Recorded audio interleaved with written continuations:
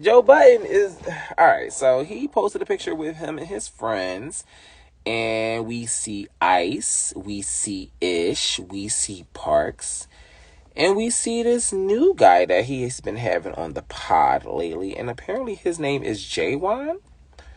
Um, well, regardless of who Joe has had on the pod, like I've always been a fan of the podcast, and I listen to the podcast quite faithfully, actually, like because that's my shit. Like I listen to the Joe Budden podcast all the time, every Wednesday, every Saturday.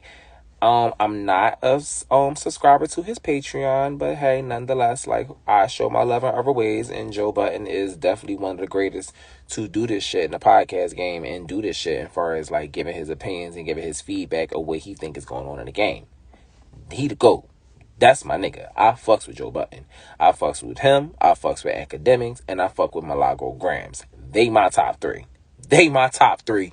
Nonetheless, hands down, Joe Budden, academics, and Milagro motherfucking Grams.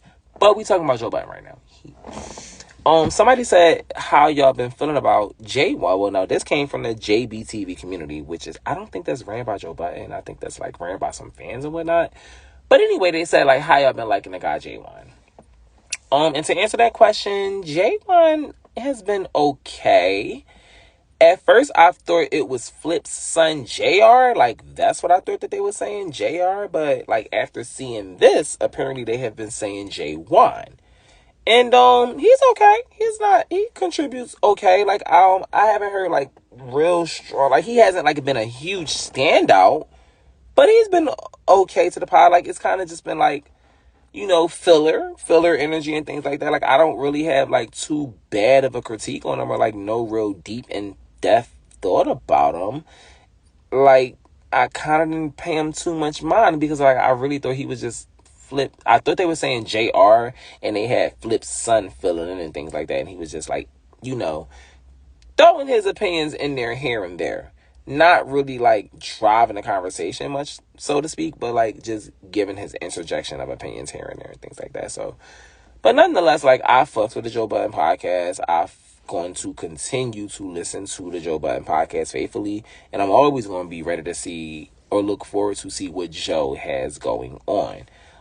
His podcast co-host as well, I like Ish. Ish is always giving some type of hyper masculine opinion that can come off as toxic masculinity as well.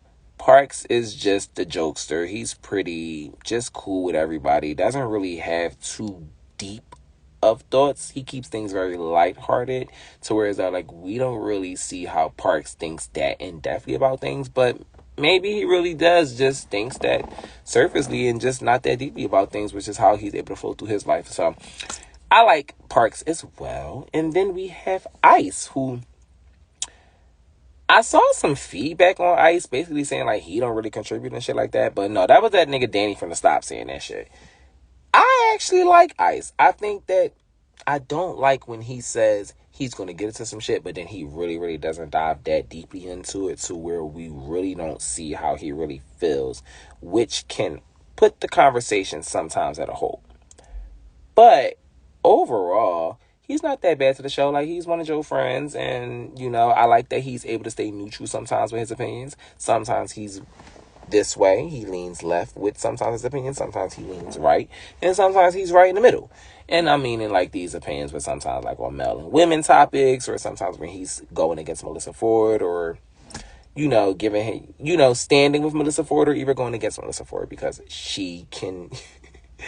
That's my girl, but she definitely can be a divider of the podcast at times, especially when she doesn't want to go toe-to-toe with the guys, or when she lets them dogpile them, or when she's not giving her true, authentic opinions, or when she's trying her best to lean into the females' headspace, into the females liking her, or stay in the females' good favor, which puts the conversation at hold, where it's like you're not really being authentic with your opinions. You're just trying to stay in the women's good favor so that they don't just say, oh, you're not being a girl's girl and things like that. But no, Mel, you can keep it real. You can keep it real, Melissa. It's nothing wrong with keeping it real and being your fucking self. Like, I get it that you have things going on. You've been in the industry and things like that. But I definitely do want to see Mel just be her real self. Like, give your authentic opinions, girl. Like, we looking for authenticity here. Okay? So, that's just that. I was about to cut my light out. But, yeah, I guess because I've been in the car for a while. Like, I am, like, doing this shit from my car. So, like, I definitely cannot have my car light on forever. I do think that is every